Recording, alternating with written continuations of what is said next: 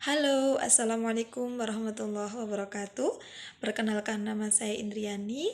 Saya dari Fakultas Ilmu Tarbiyah dan Keguruan, Prodi PAI, kelas 3D dari Universitas Sains Al-Quran di Wonosobo.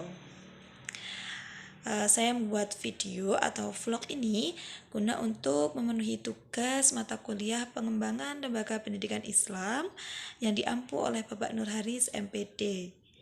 Dan vlog kedua ini diambil dari buku Atas Wali Songo karya Bapak Suyoto. Dan kebetulan saya mendapatkan materi tentang salah satu Wali Songo, yaitu Sunan Bonang. Oke, langsung saja ya bercerita tentang Sunan Bonang. Sunan Bonang ini merupakan putra keempat dari Sunan Ampel dari pernikahannya dengan Nyai Ageng Manila yang merupakan putri dari Arya Teja yang waktu itu merupakan Bupati Tuban. Sunan Ampel ini merupakan sesepuh Wali Songo yang ibunya berasal dari Campa dan ayahnya berasal dari Samarkand. Diketahui makam Sunan Bonang terletak di komplek pemakaman Desa Kutorejo, Kecamatan Tuban, atau lebih tepatnya di sebelah barat alun-alun Tuban atau sebelah Masjid Agung Tuban. Sunan Bonang ini terkenal sebagai tokoh Wali Songo yang sangat ulung dalam berdakwah. Dalam berdakwah, Sunan Bonang menjalankan pendekatan yang lebih mengarah kepada seni dan budaya, sebagaimana yang dilakukan oleh muridnya yaitu Sunan Kalijogo. Selain dikenal sering berdakwah sebagai dalang dalam menjalankan wayang, dalam memainkan wayang, Sunan Bonang ini juga dikenal sebagai tokoh Wali Songo yang sangat piawai dalam mengubah tembang-tembang Majapahit. Kiranya dari pihak keluarga ibunya yang merupakan bangsawan di Tuban. Sunan Bonang ini banyak belajar tentang kesenian dan budaya Jawa, sehingga Sunan Bonang lebih memahami dan menguasai tentang kesusastraan Jawa, terutama tentang tembang-tembang Majapahit pada saat itu yang sangat populer. Dalam bidang keilmuannya, Sunan Bonang ini belajar ilmu kepada ayahandanya yaitu Sunan Ampel, dan bersama para santri-santrinya seperti Raden Paku atau Sunan Giri, Raden Fatah, dan Raden Kusen pada saat itu. Dan selain mencari ilmu dari ayahandanya Sunan Ampel, Sunan Bonang ini juga mencari ilmu kepada Syekh Maulana Ishaq bersama dengan Raden Paku atau Sunan Giri saat di Malaka pada perjalanan menuju ke Tanah Suci. Oke, selanjutnya berbicara tentang awal dakwah Sunan Bonang.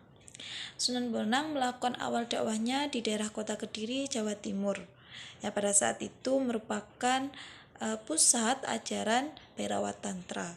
Sunan Bonang dalam melakukan dakwahnya mendirikan salah satu masjid di Singkal yang terletak di sebelah barat Kota Kediri. Karena kurang berhasilnya dalam berdakwah di Kota Kediri, akhirnya Sunan Bonang ini pergi ke Demak atas panggilan Pangeran Ratu untuk menjadi imam masjid di Demak. Yang dimaksud Pangeran Ratu ini yaitu sebutan bagi Raden Patah yang merupakan kakak ipar dari Sunan Bonang. Sebutan Sunan Bonang diberikan kepada Pangeran Mahdum Ibrahim, putra dari Sunan Ampel, yang kiranya berkaitan dengan kediaman barunya di Desa Bonang di Demak. Sebagai imam yang tinggal di Bonang, masuk akal jika Pangeran Mahdum Ibrahim ini diberi gelar hormat yaitu Sunan Bonang, yang bermakna sebagai guru suci yang berkediaman di Bonang. Namun tidak lama kemudian jabatan sebagai imam Masjid Demak ini ditinggalkan oleh Sunan Bonang dan kemudian digantikan oleh seorang alim yang bernama Ibrahim yang digelari sebagai Pangeran Karangkemuning yang berasal dari negeri atas awan. Dan dikisahkan Pangeran Karangkemuning ini menikah dengan saudara Sunan Bonang, yaitu Nyai Gede Pancuran. Setelah meninggalkan jabatannya menjadi Imam Masjid di Demak, Sunan Bonang ini dikisahkan tinggal di Lasem. Saat berdakwah di Lasem, Sunan Bonang dikenal sebagai seorang tokoh wali songo yang mengajarkan Islam melalui wayang, tasawuf, tembang, dan sasa susfik. Dalam berdakwah, Sunan Bonang sering menggunakan wahana kesenian dan kebudayaan. Selain pandai dalam mengubah tembang-tembang Jawa, Sunan Bonang ini juga dikenal sebagai guru tasawuf yang dikenal dengan kekuatan keramatnya yang sangat hebat sebagaimana lazimnya seorang wali. Sunan Bonang juga dikenal sebagai seorang yang menyebarkan Islam dengan menguasai ilmu fikih, usuluddin, tasawuf, seni, sastra, arsitektur, dan ilmu silat dengan kesaktian dan kedikdayaan yang menakjubkan. Bahkan masyarakat mengenal Sunan Bonang sebagai seorang yang pandai dalam mencari sumber air di tempat-tempat yang sulit air. Dan selanjutnya saya bacakan saja ya, menurut buku Atas Wali Songo yang saya baca sebentar.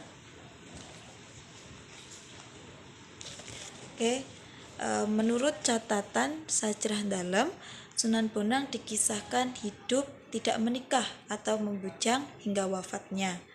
Penjelasan ini sama dengan cerita Lasem yang menggambarkan Sunan Bonang sejak tinggal di Lasem sampai tinggal di Tuban tidak memiliki seorang istri. Dalam babat Tanah Jawa tidak disebutkan adanya istri dan putra dari Sunan Bonang. Saat tinggal di Tuban juga tidak memiliki seorang istri. Dalam babat Tanah Jawi pun tidak disebut adanya istri dan putra dari Sunan Bonang. Demikian cerita sedikit tentang Sunan Bonang yang dapat saya sampaikan.